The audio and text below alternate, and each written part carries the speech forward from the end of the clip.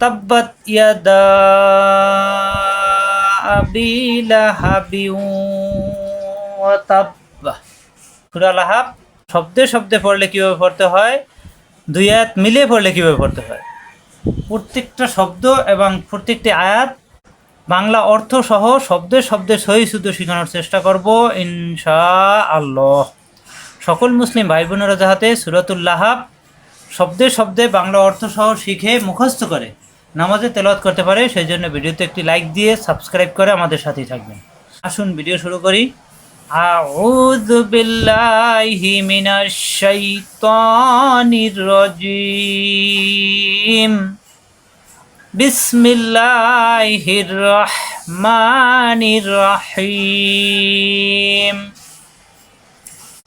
তাব্বাত ইয়াদা আবি লাহাবিন ওয়া তাব্বা। এখানে তা মেলবে বায়ের সাথে, বায়ে তাজি দুইবার, তাব পরের বায়ে যাবর, বা মেলবে তায়ের সাথে। তাব্বাত কোনো টান নেই কিন্তু। তাব্বাত অর্থ ধ্বংস হলো, তাব্বাত অর্থ ধ্বংস হলো। ইয়াদা একালিপ টান, যখন এই শব্দটা আলাদা পড়বো তখন এখানে একালিপ টান হবে। তিন আলিপ টানের সংকেত থাকা সত্ত্বেও তিন আলিপ টান হবে না আলাদা পড়লে, শব্দে শব্দে পড়লে। ইয়াদা অর্থ দুই হাত, যখনই এই শব্দের সাথে মিলিয়ে পড়বো তখন তিন আলিপ টান দিতে হবে, কারণ এই মাদের হরফ একালিপ টানের বাম পাশে আসছে লম্বা হামজা, এই জন্য তিন আলিপ টান হবে মাদে মুনফাসিল। ইয়াদা আবি লাহাব, দা তখন তিন আলিপ টান হয়ে যাবে। ইয়াদা দুই হাত, আবি জেরে বা মিয়া সাকিন একালিপ টান, আবি লাহাবে, লাহাবে। আবি লাহাব অর্থ আবু লাহাবের, যখনই মিলিয়ে পড়বো এই দুই জেরের এক জের ওর সাথে গুণনা হবে, ঈদগামে বা গুণনা। আবি লাহাবিউ পরে ওয়ায় যাবর ওয়া, তা মিলবে বায়ের সাথে, বায়ে তাজি দুইবার, তাপ পরের বায়ে যাবর বা, তাব্বা। এখানে হচ্ছে আয়াতের শেষ অক্ষ হবে, অক্ষ হলে লাস্টের হরফে আমরা জানি সাকিন হয়। তাজদি থাকলে দ্বিতীয় হরফে বা, এই তা মিলবে বায়ের সাথে শুধু হরফের সাথে, তাপ পরের বায়ে যাবর বা, তাব্বা। অক্ষ করলে লাস্টের হরফে সাকিন হয়ে যাবে। আমরা জানি কপ, ত, বা, জিম, দাল, এই পাঁচটি অক্ষরে সাকিন আসলেই কলকলা হবে, ধাক্কা খাবে, বাড়ি খাবে। এই তা মিলবে বায়ের সাথে তাপ, তাপ মিলবে বায়ের সাথে, তাপ পা, বাড়ি খাবে। ও তাপ পা। আর লাস্টের হরফে এরকম তাজদিদ থাকলে, অক্ষর হরফে তাজদিদে আসলে তখন তাপ একটু ধরে রেখে পরের হরফে গিয়ে অক্ষ হয়, তাপ বা। ও তাপ বা, বায়ে সাকিন আসলে বায়ে বাড়ি খাবে। অত্তাব্বা অর্থ সেই, অর্থ এবং সেই ধ্বংস হলো, তাব্বা অর্থ সেও ধ্বংস হলো। তাব্বাত ইয়াদা আবি লাহাবিন ওয়া তাব্বা অর্থ ধ্বংস হোক আবু লাহাবের দুই হাত এবং সে নিজেও, আবু লাহাবের দুই হাত এবং সে নিজেও ধ্বংস হোক। মা আগনা আনহু মালুহু ওয়া মা কাসাব। মা মাদের হরফ একালিপ টান, বাম পাশে লম্বা হামজা তিন আলিপ টান হবে। মা আগনা খাড়া দাবার একালিপ টান, ইয়া খালি পড়তে হবে না। মা আগনা, মা আগনা কাজে আসবে না, কাজে আসলো না।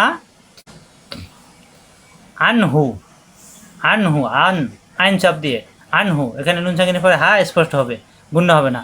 আনহু তার থেকে, আনহু তার থেকে, মা লুহু তার ধন সম্পদ, মা একালিপ টান, মা লুহু উল্টা পেশ একালিপ টান, মা লুহু তার ধন সম্পদ, অর্থ এবং, মা যা কাসাবে সে অর্জন করেছিল, যা সে অর্জন করেছিল। মা কাসাবে, মা কাসাবা যা সে অর্জন করেছিল। এখানে আয়াতের শেষ অক্ষ করলে বায়ে সাকিন হয়ে যাবে, বা সাকিন কলকলা, কাসাবে বাড়ি খাবে।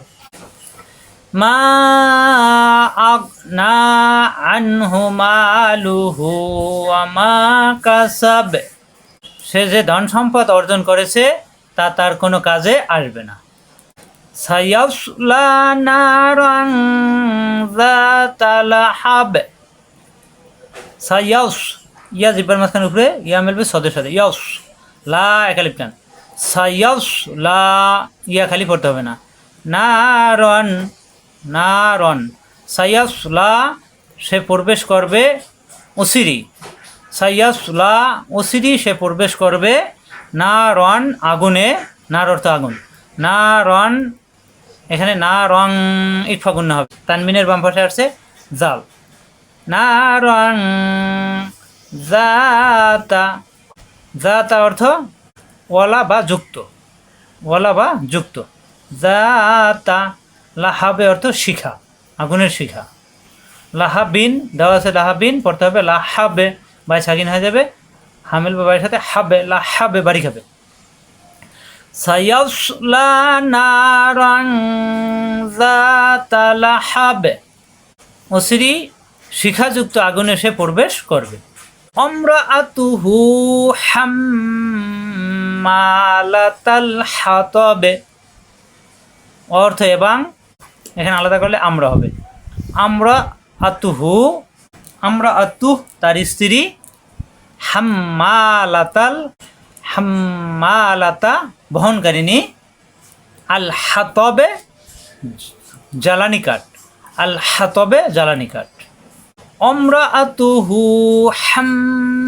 হাম্মালাতাল হাতবে, আমরাআতুহু উল্টাবে ঢাকা লিপটান, হাসব দিয়ে মিমে তাজদিদ অজীব গুন্না, হাম্মা একা লিপটান, হাম্মালাতাল হাতবে, মিলে পড়লে এই তামেল বে লামের সাথে তাল, আর অক্ষ করলে লাতাহ, এই হাম্মালাহ, হাম্মালাতা অথবা হাম্মালাহ, লামেল বে হায়ের সাথে গোলতা হা হয়ে যায় অক্ষ করলে, এখানে আবার আল আলাদা পড়লে, আর মিলিয়ে পড়লে হাম্মালাতাল হাতবে, হাসব দিয়ে তা হবে না, হাতবে বা সাকিন কলকলা।